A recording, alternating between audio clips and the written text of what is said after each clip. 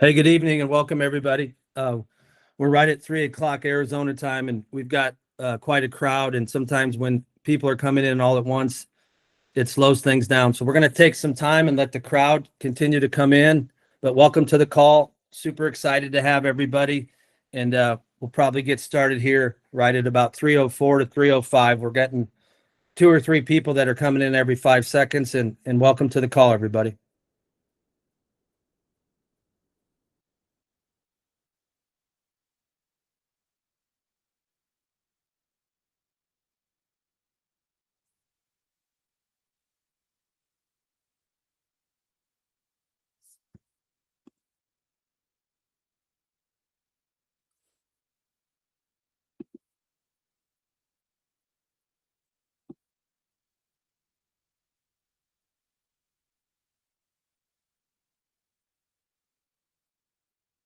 Welcome, Mike. Welcome, Wendy. Nice to see you guys. We're letting the crowd kind of roll in, but welcome to the call. Ty, welcome.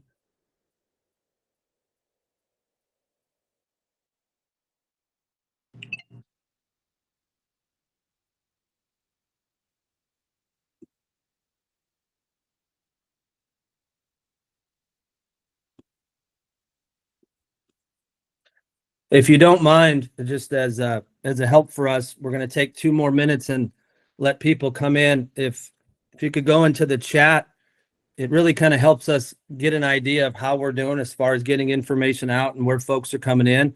If you could type, who you are and where you're from. I'm a high school baseball coach at Moeller High School. My name is so-and-so. I'm an athlete. I'm a parent who wants to help my child, whatever that is. If you don't mind, just type that in the chat, and that gives us really good information on how to communicate going forward.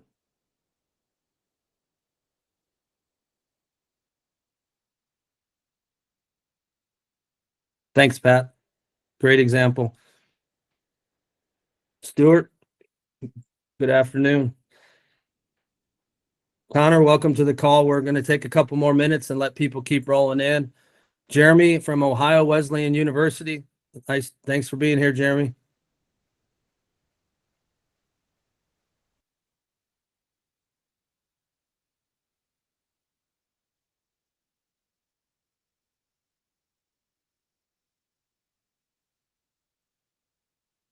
All right, we are about a minute away from starting. Like I said, if you're joining us tonight from somewhere, many of you know, and some of you we don't know, which is the best part. Nick Martin, former Division I baseball player. Welcome, Nick, for being on the call.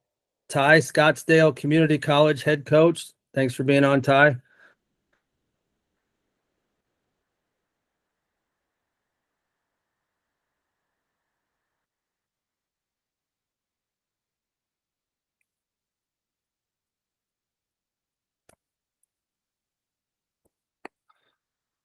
All right, we're going to start here.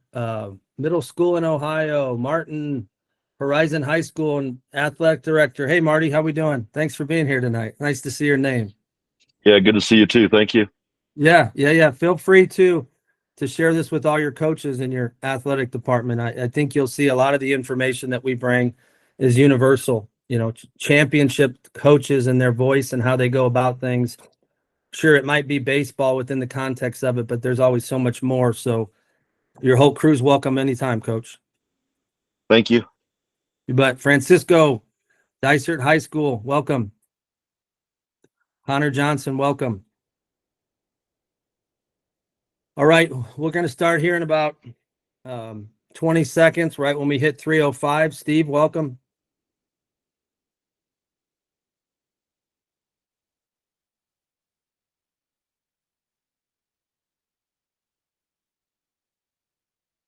All right, we're right at 3:05. Some of you I know, and some of you I don't know. That's the best part for me. This is Mike Bahoon. I've got a couple different roles and a couple different voices in the call tonight. First of all, Coaching Matters, who's putting on this clinic, is it's a nonprofit that I have, and it's just really simple, built or set up to do one thing: to assemble coaches and give out free information to improve coaches, which in the end ends up improving athletes. And that's what everybody's passionate about that's on the phone tonight. So welcome to being here. The other part I play is the founder of Fundraising University, who is the sponsor of it. And Fundraising University is a national fundraising company that really services coaches to raise money and help them build the wealth into their programs so that they can satisfy the needs and the wants that they have in their program, whether it's at the junior college level with Ty, whether it's at the youth level with John. We can go out and serve and generate funds usually in about 2 hours of time. We can generate $600 or more per athlete. Okay, so Fundraising University, we want to thank for being the sponsor. They've got plenty of opportunities that we'll talk about as we go into this, but mostly, I wanted to get started tonight and introduce Coach Mo. Coach Mo is someone I've had the blessing to coach with at Ohio State for a couple years, and I'll just kind of share why I have Coach with us on the phone tonight, which we're extremely particular. You'll see, and who we bring into our family here is sure. Coach has lots of experience. He's going to tell you about himself, so I'll let him do that. But he's got cool stuff, like he coached Mike Trout, and you'll see that they've been the preeminent offense in the Big 12, really since TCU's been in the Big 12 because of Coach, and all these, wonderful things on the human side that I could share. And I think all that's going to come out. But what I, as a coach who was constantly looking to improve, I sought Coach out for a relationship because I felt like he was the best offensive coach in college baseball. And I still feel that way. And when I got a chance to coach with him, I wasn't exactly sure where that all was derived from, right? Was it the swing path? Was it the offensive approach? Was it the recruitment of certain kind of athletes? Like, what was it that helped him build this consistent offensive machine? And it was a pleasant to see what that was, right? And what I mean by that is what you're not going to hear tonight is a bunch of mechanical, scientific swing stuff, right? And I'm not taking anything away from that. I think baseball information out there is so plentiful, and I know that people want to consume it. But what you're going to hear tonight is offensive strategies that are simple but hard, is the best way to say it. And in it being simple, then the athlete has the best ability to execute it. You're not just going to hear about a swing, you're going to hear about an offensive system, right? That has attention to detail and particulars and constant teaching on a daily basis, that when it's understood and consumed holistically in an organization, it really can't be stopped if it's executed in the way that's intended. And so I wanted to share that with you guys. Coach has a system. He's evolved the system. The best part about Coach that I experienced on a professional level was he constantly was looking to improve and get better and never satisfied. And that's what the ultimate competitors do. And so this system that you're going to see is something that has the wisdom of 35 years of coaching, but also the constant adjusting to where the game is at today. And when you take those things together, when somebody can look back that long, but also be present, then that's the best information that's out there. So Coach Mo, welcome to the call tonight. And if you don't mind, just tell us 2 to 3 minutes on who Coach Mo is to get us started. Yeah, Mike, really appreciate it. So one of the things that I want to talk about is we are going to talk about playing offense to win. And we're going to talk about some of the systematic ways that we go about things at TCU. But I also recognize we have on this call, we've got 9-year-old coaches. We have all different levels. And obviously you're not trying to formulate an offense. So we are going to talk about some things, but I do want to get into the nuts and bolts of baseball. To me, there's nothing greater than here. We're in a Sunday afternoon, for some of you guys even earlier, depending on what part of the country you live in. And here on your Sunday, you're on this thing to try to get better. And there's just nothing better than being around like-minded people that want to get better, that are trying to evolve. And Mike said it perfectly for me. Like, I'm going into my 40th year of either a college or professional coach. I'm trying to get better every day. And I have to tell you, there's one thing that none of you guys will ever catch me on, is failing more than me. So like, I have failed so much more than any of you coaches will ever. We could maybe put all you guys together and then maybe you get closer to catching me. So I've made tons of mistakes through my coaching career in all different ways, systematically, from relationships that I believe are the most important and a lot of things, but I'm currently trying to evolve and get better. And there's so much information out there right now that it's actually mind-boggling. I like to feel that sometimes I'm as old school as you could possibly get, but yet there's so much good information. I'm trying to learn all the time. But I do think that we're at a crossroads right now. I think that from a baseball standpoint, possibly the worst. Since I've been coaching for 40 years, we might be at the worst part of baseball that I've ever been involved in, because we're not making the right things the right things. We're so caught up in all the different analytics and in the exit velocities and launch angles, and so many super intelligent hitting coaches out there that are teaching things that are so far and away. They're just so difficult to comprehend. And even though they speak eloquently and they try to convince you that this is the right way, this game is still really, really simple. And it's about getting into good hitting positions and getting good pitches to hit. And I think sometimes we're losing some of that. I think this is a neat time of the year, or I know it's a neat time of the year with the professional, Major League Baseball playoffs going on. And what I love now is I love not only just watching the games, but listening to the commentators after the games, and all these ex-big leaguers that have a great, the Derek Jeters and A-Rods and Ortiz and some of these different guys who actually know what winning looks like. And now they try to make everything important, getting a runner over from second base and putting the ball in play with 2 strikes and not getting caught up in trying to hit only home runs. And they're really bringing the game back to life because now it's important to win. So now all the little things matter. It's almost like in 162 games, they go through the motions, and now all of a sudden in the playoffs, everything's important. I think all of us as coaches, especially a high school coach or a college coach, obviously if you're coaching youth leagues, I still think it's important to teach them how to play winning baseball. But I do know we're not caught up in the scoreboard, and we actually aren't in any level. We're always should be caught up in our process and what gets us to play winning baseball. But I do believe that if you do the right things more than you don't, you're going to win a lot more games than you lose. And I do think it needs to be taught that winning is still why we play baseball. I mean, we play baseball for a lot of things, to become a great teammate, to learn to be disciplined, but they still have a scoreboard. And I believe there's a scoreboard in life. I think when you become a father, you've got a scoreboard with your kids, and you know what I mean? And we need to let them know that, like, being a great competitor will help you in anything you do. And I think that can't be lost on us. You know what I mean? And like I said, there's a lot of different philosophies out there. And some of the things that I will talk about is I want you to really understand that, like, this is my opinion. Okay. Again, most of my stuff has come from screwing up, making adjustments, and trying to become even better. But this game will humble you in so many ways. And I'll tell you, boy, it's a tough pill to swallow, but that's what keeps you going, especially if you are a competitor. It's what keeps you going. And as soon as you think you finally have gotten it with your club, you get punched in the nose and you don't score a run, then you got to get back at it the next day. And that's, and I'm a man of faith. So I know God loves to humble me. As start as I think that I'm really got this thing figured out, boy, he'll knock me down a notch. And I think that's the neat thing, and that's by design. And that's one of the reasons that we really do love the game of baseball. So we're going to go over some things, and I'm going to try to give some time for you guys to ask some questions. All right, guys, again, this would be more of like from a college standpoint, but there will be talking about, if you were running a high school club or running an offense. Obviously, like I said, it doesn't really help the youths, but I still think it's a good idea to start deciding to see how consistent good offenses that usually can sustain greatness for a good, for more than, one great weekend. So we will talk about some things, but I'm hoping I can leave some time. Mike's going to maybe ask some questions during this, but I'm hoping I have some time at the very end so that some individuals can ask some questions that maybe pertain to your team in particular. All right, Alex, go ahead and go down another slide.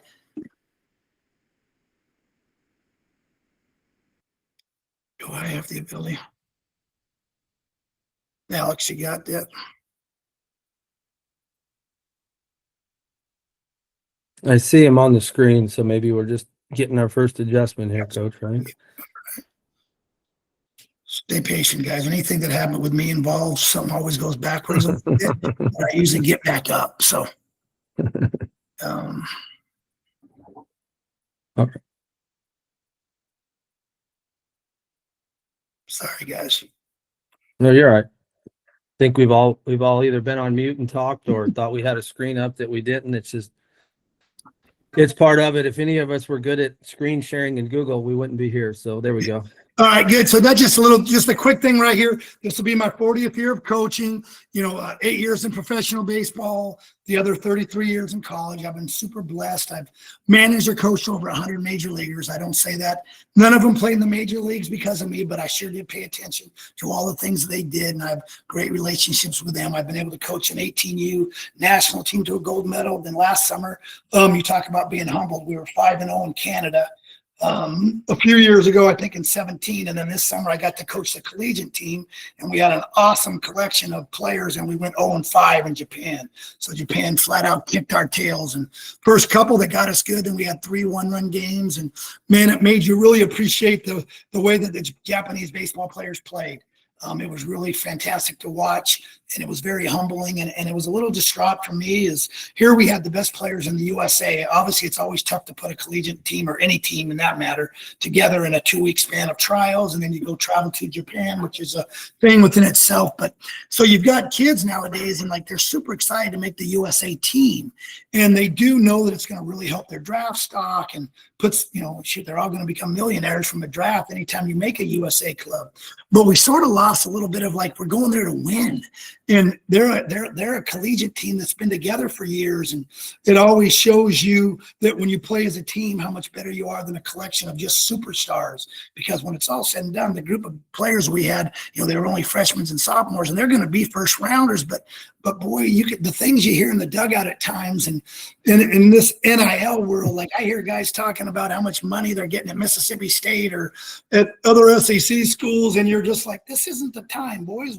We have enough. We got a 25-hour flight in a few days. Like, you can talk about it then, but now we're trying to beat these suckers because they're sure coming to beat us. So I thought they competed really well in the games, but I'll be darned, the things that you'd hear in the dugout were like, gosh, this isn't the time. And guys talking about, hey, I'm projected to be the 3rd pick. Where are you supposed to be? And I did hear one good thing finally when a guy said, I have no idea. I don't look at that stuff. I'm just playing. So it was refreshing to hear one guy, but doggone it. But it really taught me, like, why, man, if you don't play to win and you're not locked in the dugout every second you play, you're gonna get what you deserve. And I think we sort of got what we deserved, even though the kids were great and they wanted to win when they played, but there's a lot more to it. So, but again, I've had a lot of those great experiences, and like I said, coached over 100 major league players in the Mike Trouts, and it's neat to see Bryce Terrain played in our USA team, the shortstop for the Brew Crew. Saw him hit a big home run yesterday. He's had a great year for them, and I think it might be 18 of those 25 guys are starring in the big leagues right now. So it's pretty neat. And again, they were great before I ever met them. So I don't say that to toot my own horn. I'm just saying that to let you know, man, I know what they look like, and I learn a lot more from them than they learn from me. So next slide, please, Alex.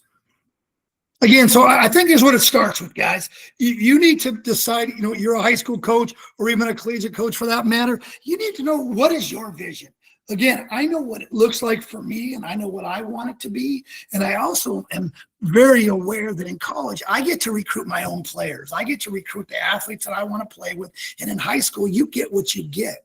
So I think you have to have the ability to be audible ready. You need to understand, like, I love to steal bases, but we can't run. Then you've got to make adjustments. So there are certain things that I think it's super important that you need to, each year you got a different club and you need to adjust accordingly. But I do think you have to have an idea of what your vision is and what does it look like. So the style of play, the personnel, the players you've got. And I also want you to understand that you're the coach. So who do you want to be? Who do you want your players to become? And you're in control of that. So next one, Alex. I'm one of those guys that's like probably a lot of you guys. We're all a little goofy because we are coaches. So a lot of us have our own sayings, and they're, I lead the league in corny sayings. The problem is they're not really corny to me. They're real to me, and I'm trying to get my players to buy into it. But like, this is just one of my things that I start off the year. It's not what you're going through, it's what you're going to.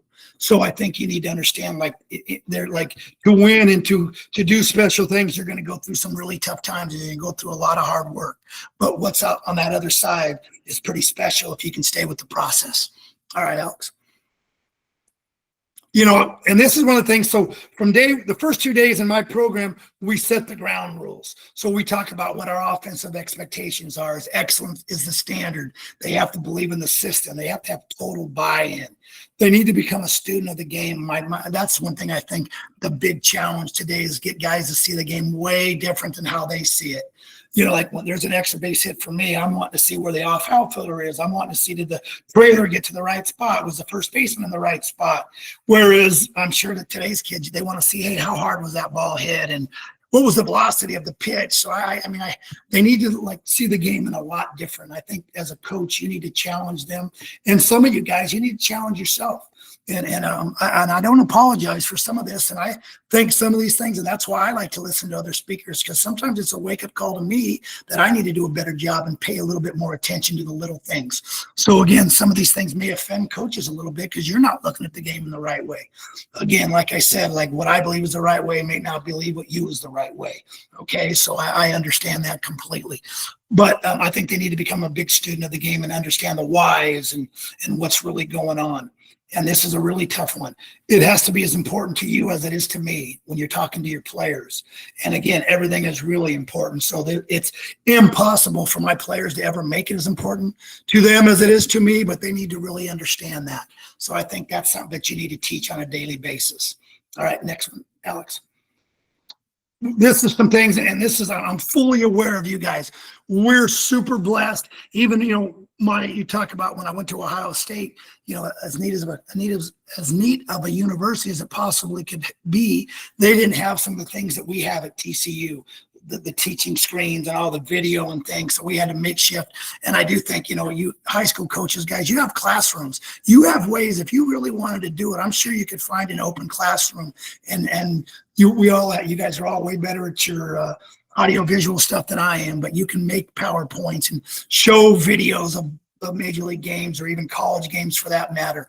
But this is how we learn. First, when we meet in the classroom every day before we go out on the field. So whenever we're doing something new, this is how we learn it. So they're going to hear it from me. I'm going to talk about it. Then they're going to see it. So say it was maybe going first to thirds. We're going to talk about our technique, how we do it. Then they're going to get to watch 30 first and thirds. If they have anything that's confusing to them, they're going to be able to write it in their notebook. And then when we go out to the field, they're going to watch it and we're going to demonstrate it, and they're going to do it. Repetition may not entertain, but it sure does teach. And this is a game of repetition, and we're going to do it over and over and over again. And to steal a line from Nick Saban, we don't do it over and over again to get it right. We do it so many times so it's impossible to get it wrong because we've done it so often. Next one, Alex. So then day two, we talk about these things must happen. So day one, we sort of talk about some of the ground rules, but they're going to have total buy-in. They're going to need to stay with the process. They need to, and I think this is important for all of us, is we need to get comfortable being uncomfortable. I think that you don't ever grow if you're always comfortable. And again, us as coaches, I think if your team's not winning 90% of your games every year, you need to get uncomfortable and you need to start making some adjustments. And that's why they're always evolving. I think even if you've led the country in hitting or runs scored or stolen bases, you still need to try to evolve because somebody's trying to catch you and they're going to make adjustments to you. So you better have the ability to make adjustments to them. So I think always evolving is an important thing. I do think you understand is I've got like 3 or 4 things that I will never change, like my non-negotiables. All right. So I have some things that I'm not changing every year, but there is other parts of what we're doing that does change yearly. I don't think it's in a good habit of every week you start changing things. I think that shows players that you don't buy into what you're doing. So I do think you have to have some, these are non-negotiables, hustle or competing or different things, whatever you decide. But I do think you need to find ways to try to do things better and better. Again, hopefully you can do things quicker than I do. Like I said, nobody's screwed up more than me. So my evolving is trying to think, I thought this was the best, but I've got to make changes. Now, I've been super fortunate to be around some of the greatest coaches that there is and trying to learn from them, or flying out to different parts of the country and learning from them, and being in a couple organizations, the Yankees and the Angels, that were fantastic in Mike Scioscia's days, that taught me so much. So I've been very blessed to steal from those guys. But I think it's important for you guys that you guys decide from whatever you're doing some research on people that you think do a really good job, and you need to meet with them. And here's the neatest thing that I think is pretty neat. The guys that are the best in their field, they're the ones that are most willing to help others. They're the ones that are most willing. I've never turned down a call from a youth coach to a high school coach to a college coach ever, because I had so many guys help me along the way that I'm willing to do that. I have, anywhere from 6 to 12 coaches usually a year fly down to Texas or wherever I've been, stay with me for a couple of days. I let them come to the field every day with us. They watch our practices. They're in our meetings. They ask questions, and I'm willing to help them because I had so many people help them. That's one of the neat things about Mike to me is how our relationship started. He was just calling me, and I'd already heard good things about him, so I had a little idea of who he was. But the fact that he was willing and asked questions and super intelligent questions and things that make you think like, geez, man, he's got a better grasp of this than I've got. You know what I mean? So it challenges you to get better, but you'll start to see birds of a feather flock together. And the better somebody is, the more willing they are to help you. And I think that's an important thing. And that's part of the always evolving to me. So next one. Next one, Alex. So we'll go back one more at least, Alex. Yeah, so the ingredients to a winning offense for me is, again, so on-base percentage is where it starts with, all right? So, like, I don't know how we know our number one job, our number one thing we want to do as an offense is to score runs. So, obviously, you have to get on base to score runs. So, on-base percentage needs to start with being super important. Super, super important. Developing the selective aggressive hitter. I know it's what they call that, an oxymoron. I mean, it's like it's two different things, but yet we need to be super aggressive in pitches that we want to hit, but we also need to be selective. And one of the things that whenever I speak places or talk to somebody, all of us as coaches, our biggest thing that drives us crazy is we don't have pitchers that throw enough strikes. And if any of you guys your biggest problem is you guys throw too many strikes, feel free to give me a call. All right. Because I don't think there's any of you guys out there that think, yeah, we're going to have a great year, but my team throws so many strikes. I don't know what we're going to do with them. So it doesn't make any sense for me if you think as an offensive team, as a group of hitters, that you want to be just ultra aggressive and swing at anything they throw up there. But yet you can't be defensive, and you got to play offense offensively. So you need to really develop selective aggressive hitters. And what that means is I'm looking for balls in the zone, pitches that I can hammer and be ready to hit every pitch. But yet we need to be selective on the borderline pitches. And I do understand in high school or in youth, they don't call close to as many strikes. And I really believe as a youth coach, your job isn't to really, your job is to get them to swing the bat. So I understand. But when you're really trying to put together a really winning offense, when you get into high school and college, it's getting guys on base is a huge deal. So again, we're never looking for walks, but good hitters are going to get their walks. And I could speak for hours on pitch selection, but really, with the ability to drive the baseball. And again, you can't hit all strikes. You can't drive all strikes. You can only drive balls that are more down the middle. So I have to have the ability to take borderline pitches until I get 2 strikes. So we've got to make the pitches earn anything. Then there's parts of situational offense, which we'll talk about, and hitting with runners in scoring position. So the goal, obviously, is to get runners on, to be able to move them over, and then we've got to be able to get them in. And that's got to be trained daily and through your batting practices and things that we'll talk about during this. So next one. So the components of offensive play, to me, it's hitting. And you can't hide from this, guys. I don't care how good you run the bases. I don't care how good your team bunts. You've got to be able to hit. So you can get guys in scoring position all day, but if you can't drive them in, that's not going to do you any good. So again, hitting, we have to become really good offensive players. And again, in this day and age, because of all the things that are being taught, and maybe everybody's right, but man, it's really simplistic. Get into good hitting positions, get good pitches to hit, and be very aggressive in the strike zone of pitches that you want to hit.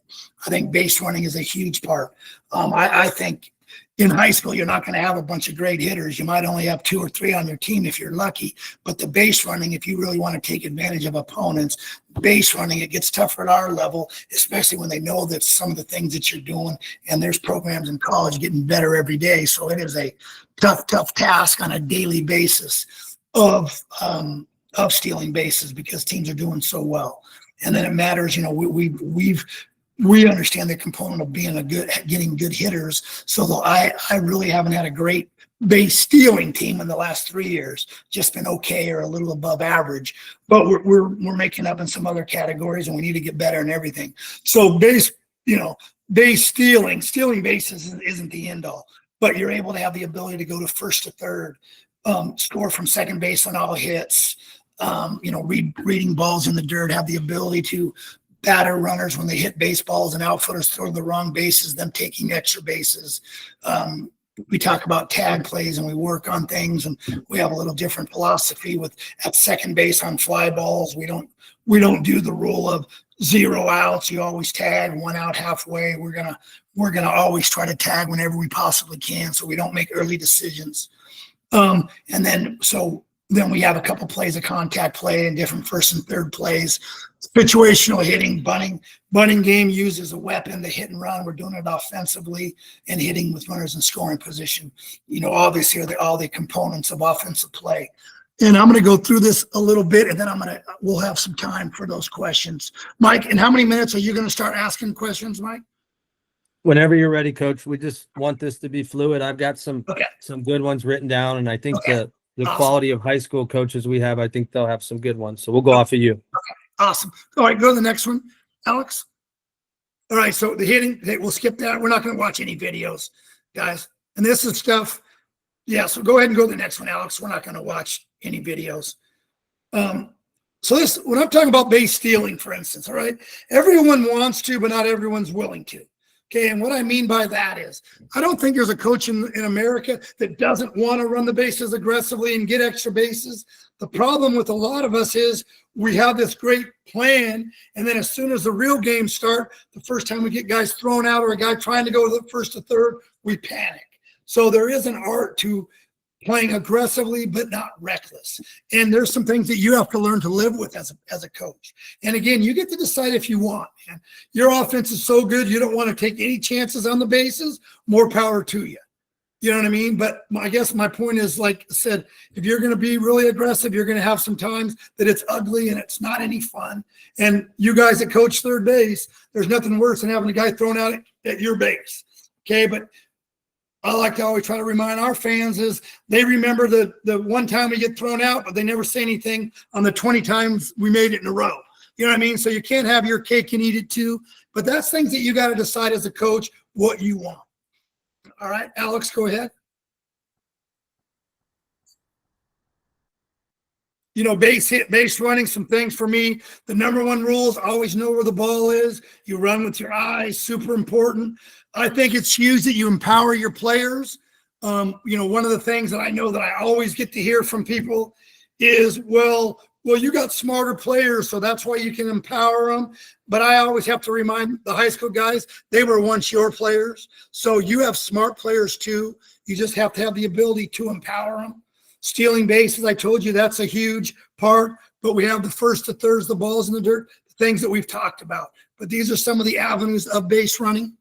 All right, next. So we are going to show a few of these, and I'm going to talk you through a little bit. And again, you may disagree with a few things. We'll go back to the first to thirds, Alex.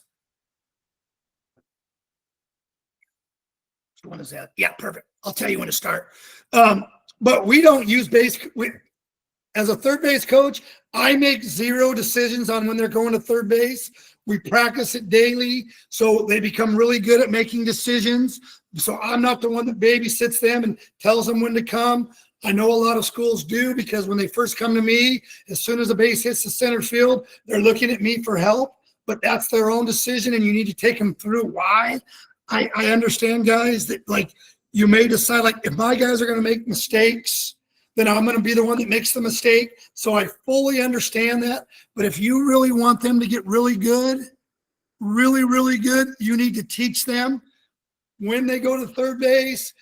Sometimes in high school, the outfielders play so close, you maybe don't have much power, so they're always playing close. So this is a lot different for some of you guys. But go ahead, Alex, play this and just see some of these where you'll never see a guy looking at a third base coach on all the base hits. They make their own decisions.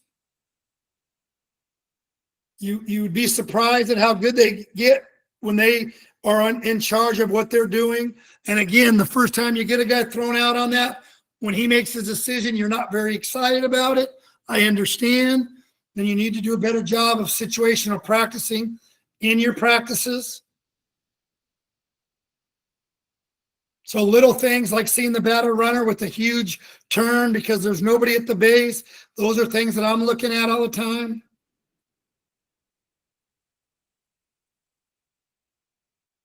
All right, go ahead, Alex. We're going to go down a couple. Okay, let's go to the next one. Keep going down. Scoring from second base. One of these things is a big deal for me. I mean, I'm very neurotic on a lot of things, but I want you to show these, Alex. Our guys don't even touch the grass on their turns, and we do this daily, and they don't really have a choice of not becoming good at it. So one of the little things I want you to look at is each guy that scores from second, how tight their turns are. So you'll get to see that. So don't tell me it can't be done. It has to be done. So again, they don't have choices, but you'll get to see just a few of these on watching the runner scoring on base hits.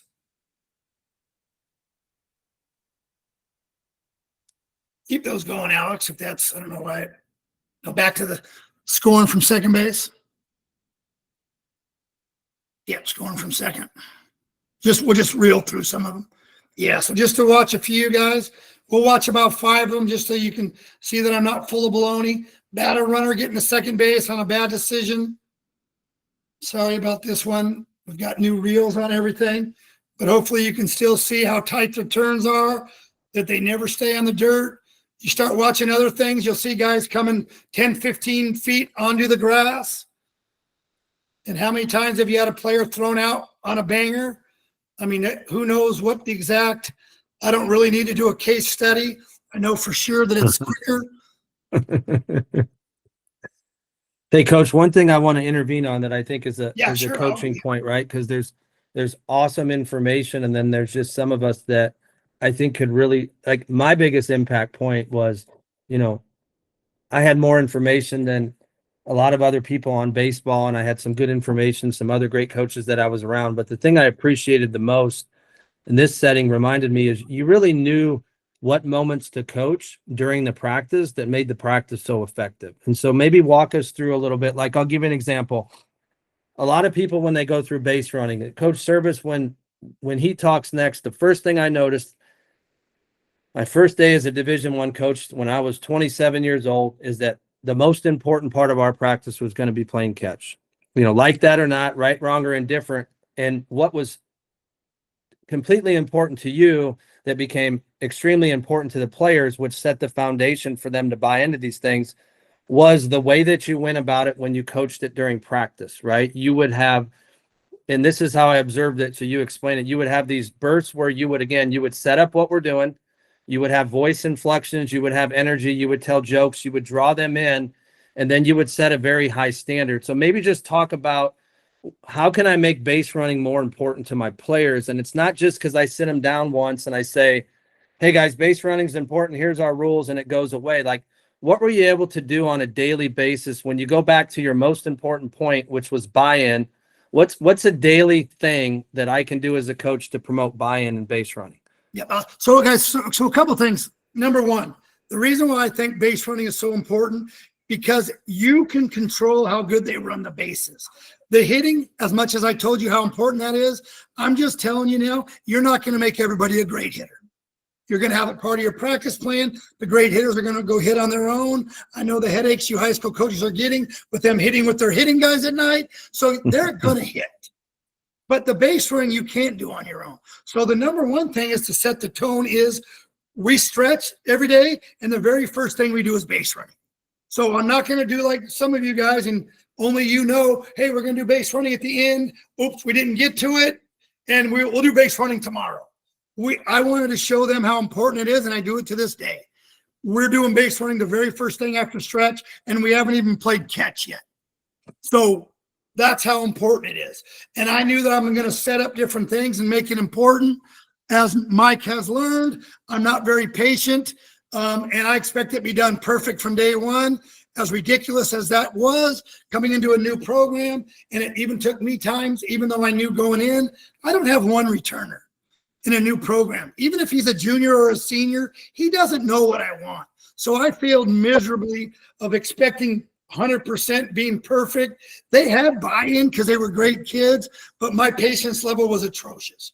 But again, I still think the point gets across that we're going to do it this way. But again, I would make sure that you didn't handle it like I did, but live and learn, unfortunately, but I made it important. And it was, if you don't do it right, I'm going to make a big deal and you're going to go do it again. So for instance, in our batting practices, we run from first, we end up moving up. And then there's a part of each batting practice when we go 2 out, 2 strikes, and the guy's going to right on swing, the runner at second's now going to score from second base.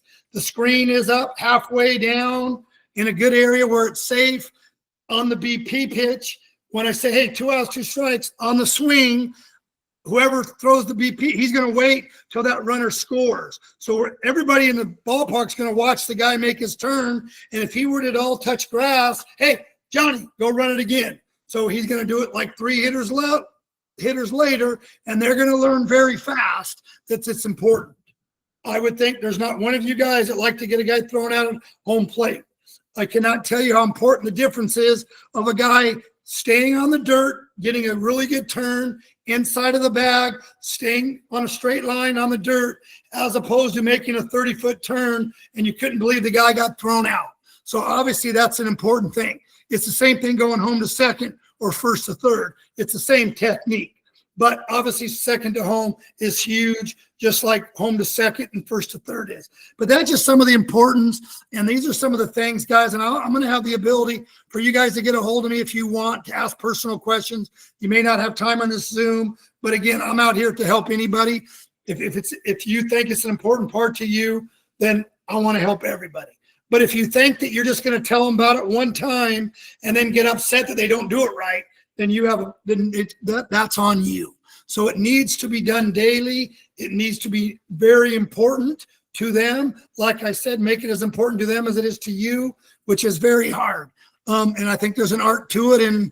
And I think they can find out by your tone, or if you're a very quiet coach, no problem, then maybe you don't even get to anything else but scoring from second base for the next 30 minutes. You know what I mean? So again, you get to decide as a coach what's important to you and what you want to do. But yeah, go ahead. Yeah, what I'll say to just kind of drill into that, and then we can turn over to questions whenever you want, coaches. What I observed as someone who at that point at different levels have coached for 27 years, right? I've coached the 8-year-old academies. I was a high school baseball coach. I spent time in college at different levels. And what coach talks about when you want to be great at this, what this means is you have to coach base running as part of practice. And it's very, very rare, even at the level that I observed and was blessed to be at when I was in the Big Ten and now in the Big 12, is I could see that it was rare that teams actually had a built-in approach to daily on how to run the bases. And it was something that was a point of pride for coach. The kids can respond, and you can win championships in high school if you can create 4 or 5 extra feet that your competitors don't. Those 4 or 5 extra feet 4 or 5 times a game is going to be the difference in 2 to 3 runs. So how do I do that? Well, just like coach talked about, if it's part of the routine of your batting practice, and the expectation is that when they play the ball off the batter, they run their bases, it's at a game speed, it's with attention to detail, then that's what will happen. You will develop players that those 4 or 5 feet that can happen 4 or 5 times a game is going to be the difference in you winning a couple games that week. But it has to come from you as a coach. You don't need to just explain what it is and just talk about it, but you have to be actively coaching it. And championships, in my mind, are running the bases and playing high quality catch. And this is a very, very acute way that hopefully you guys can all grab tonight and bring some, base running pieces into it. So coach, I'll turn it back to you. And if you want to go through some more or do questions, we'll go off of you. Yeah, guys, so we're gonna stop the presentation. Again, this isn't about presentation. This is just trying to help you. And again, we're gonna Alex, you can take that off the screen. And I just want to take some individual questions. I know you guys were able to do this on the chat. I think it comes up so I can see them. If not, Mike, go ahead and read them off to me. I've got Yeah, some. so we'll have some certain ones, guys. And like I said, obviously I can't get to everybody, and I apologize. But the next couple of weeks, we will have a plan, and some of the questions, we'll write some notes to be able to help you. Because again, this isn't about me giving a presentation. This is trying to help as many coaches as I can individually. And it's not about hearing me talk on what I think is important. But I do have different strategies and different ways. And what I don't want to hear from a coach is, well, I talked about it. We just can't do that. It's like, guys, that's, man, you're disabling your players, guys. You can get whatever you want accomplished. It maybe doesn't happen in one deal, but you got to stick to it. And again, you have to decide, these are 4 things that we are going to become really good at, and you can become good at it.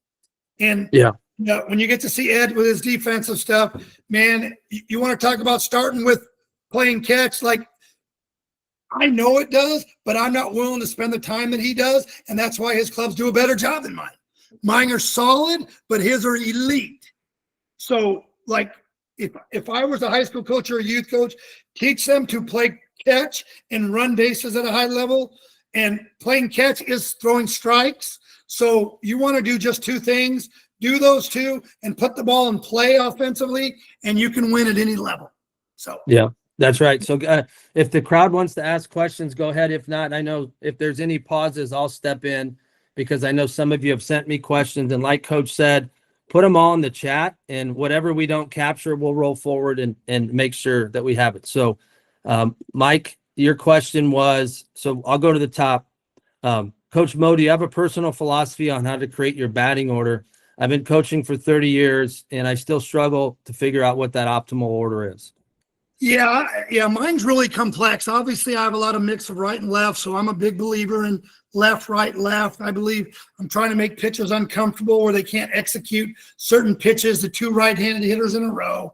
I try to always set mine up where I don't like to ever have 2 guys that can't run back to back. I like to mix up speed and things. Again, I get to recruit that. It needs to start with your highest on base guys need to be in the first few holes.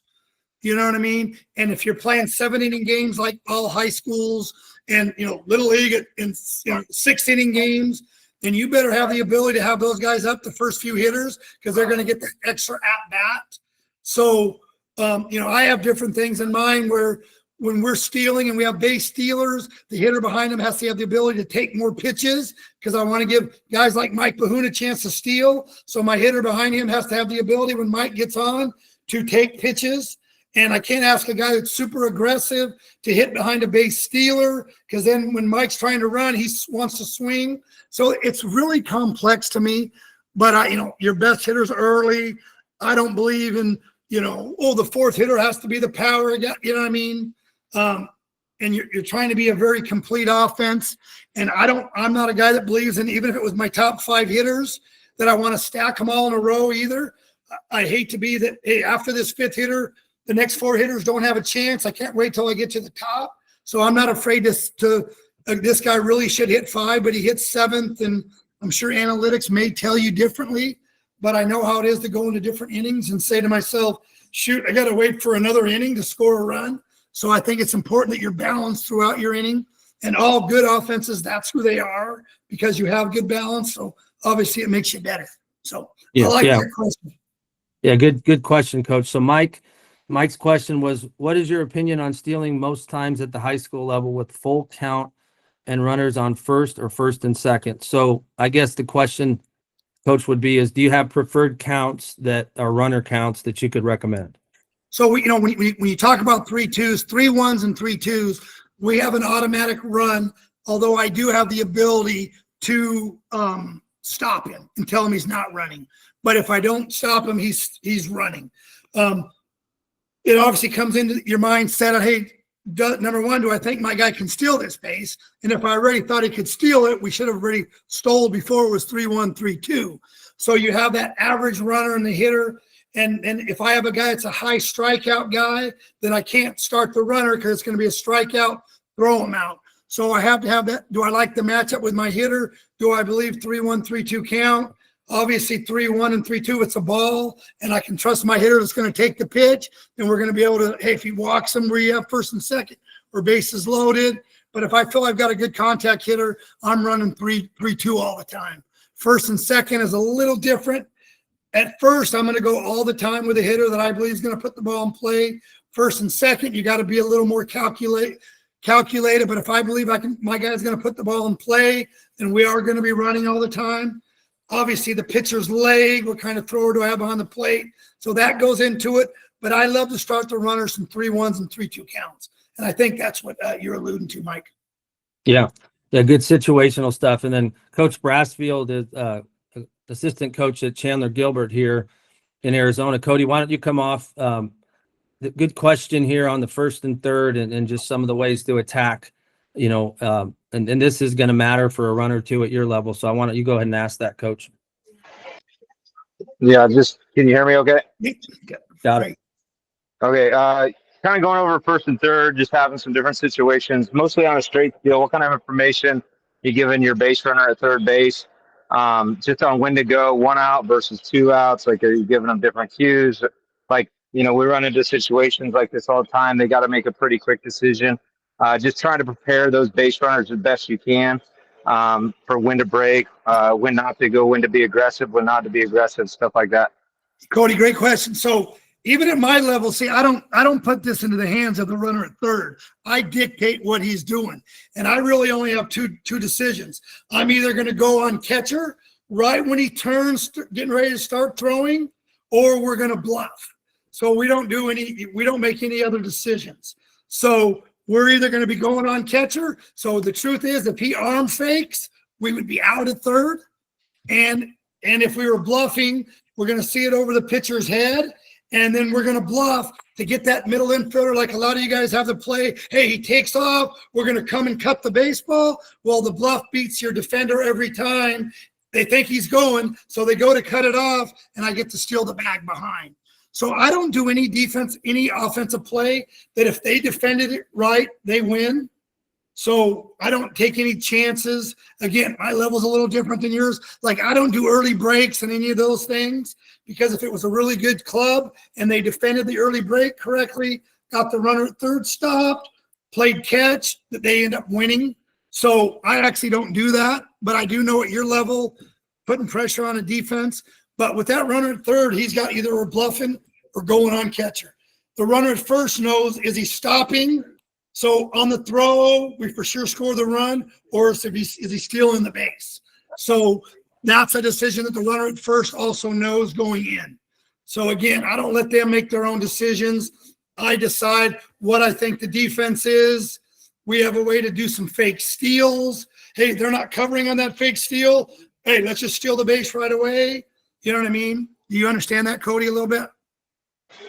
Yeah, for sure. Any change of philosophy on 1 out versus 2 outs, or less than 2 versus 2? Yeah, absolutely. Yeah, I don't want to get thrown out at home plate with less than 2 outs, but I still will with 1 out. If I believe they're throwing through, we're going to score the run.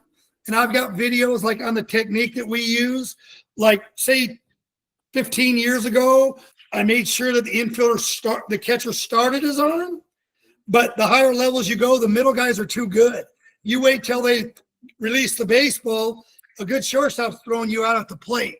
So at the higher levels, especially in professional baseball and high college level, man, you better get a great jumper. That guy's going to redirect and throw you out. So that's part of that. In high school, you probably don't need to be as fine, but like you're trying to steal the run against the great teams. The team that you know you can beat, you're up by 5, it's not as important. You're trying to beat the best team in your league. So they're going to have the best shortstop. They're going to have the best middle. So we got to find an edge to beat the best teams. So I think if you're using those are the teams you're trying to beat. So, yeah. Coach, this last one here is, I got a lot of questions around this topic. And so I think it's a good one that can take us right up to the hour probably, and then some. So we may have to continue this one next week, but it seems to be the most important one. And so I guess just speak about recruiting, right? And what I mean by that is, and I experienced it when I got to Ohio State, is, everybody wanted to tell me about a player, right? Everybody had a player. Everybody wants to, high school coaches are obviously the greatest people in the world because they're spending time and they've chose to contribute to others over themselves, and they fall in love with their players. There's so much of an emphasis now on the showcasing and the placement of players and the individual transactional stuff that I feel like, recruiting has become completely overwhelming. And to make it simple, if I'm a high school coach, what's the number one thing that I probably need to see if I start, if I have a Division I player and I'm just able to identify what that looks like, and then what's the best role I can play to promote a kid? Because what I see right now is there's so much information and there's so much stuff going back and forth. Coaches get a little disconnected, college coaches, because if they kept up with every player, it's all that they would do. And so just in a very simple way, how do I identify that I might have a player at that level? And then as a head high school coach, what's the best role I can play to support them? Yeah, guys, you want to talk about recruiting, you want to talk about complex. I mean, I can talk hours on this, and it's the most complex, and you high school coaches are heroes. And like, I'm the biggest hypocrite. I've been saying this for years, but we do so much of the recruiting in the summer that so often the high school coach is left out. Like, we see a player we love, we know he's already been offered, and we don't even really talk to the guy that knows him the best. But because we've seen him at this weekend and he was great and he's got 3 offers, we're offering, and we haven't even talked to you, the most important guy, the guy that's already coached this guy for 2 or 3 years and knows everything about him. We put in some rules in our deal where we have to get 6 opinions now because we made so many mistakes. So we actually are, in part of our deal, getting to the high school coach also and making them check him off. So it is so doggone. I mean, my brother was a successful high school coach for 25 years. And I'd go see one of his players that's a great looking player, and he's got 2 offers from big schools. Hey, I'd call him, hey, Matt, why didn't you tell me about this guy? Hey, Bill, he hasn't even played on the varsity yet. He's not ready yet. And we're making stupid offers to him. So you talk about us being negligent as college coaches. That's what we are. Now, you didn't realize he made a huge jump this summer because you're in the summer. But like, we didn't. Character and work ethic and coachability is the most important traits there are. And we didn't even call to ask the coach before we offered any of those 3 questions.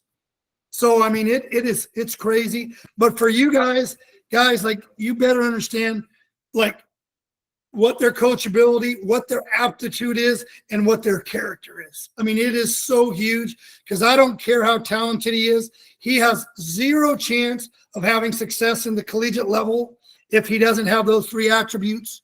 I don't care how talented he is, especially with the portal and so many teams going older and bringing in experienced kids. If you want your high school kid to start or to stay in the program for more than a year, he better have those 3 intangibles: character, coachability, competitiveness, aptitude. I mean, it's huge. But guys, us personally are trying to do a way better job of using the most important coaches, the high school, but it's such a rat race now with the colleges. But thank goodness we can't recruit kids now until their junior year, so we don't make stupid mistakes and offer a kid that you haven't even seen it practice yet. So that's a great question, guys. And like I said, that's a matter for another day, but it is so complex and so ridiculous. And I know you guys sometimes must be saying these college coaches are so ridiculous, the way they go about some of the things they do. And you're 100% correct. Yeah. Thanks for that, Coach. I know it's an important thing, right? Because your goal every day is to find the best players, to get to work with them and develop them. And as high school coaches, one of the neatest things they get to do is see a kid, get to that level. So it's just important that we all understand what that looks like. And that's a learning process for me still. And so we're down to the last minute here. So thanks to Coach Mosiello. If you guys have any questions or want something that's brought up as a topic, we're here to serve what it is that you want to be successful. So send us an email, reach out, do whatever you have to do. those of you that are staying on next, or the next call is going to be with Coach Service. It's the counter. It's the defensive part of this. But Coach Mo, thanks for blessing us with your wisdom tonight and making everybody better. Guys, thanks for having me. I know I was all over the place, and hopefully I gave you a little bit, and stay with me the next couple of weeks. We'll get a little better each time. It was great. It was great. All right, everybody. Thanks. Have a good Sunday. Appreciate you. Thanks, Mo.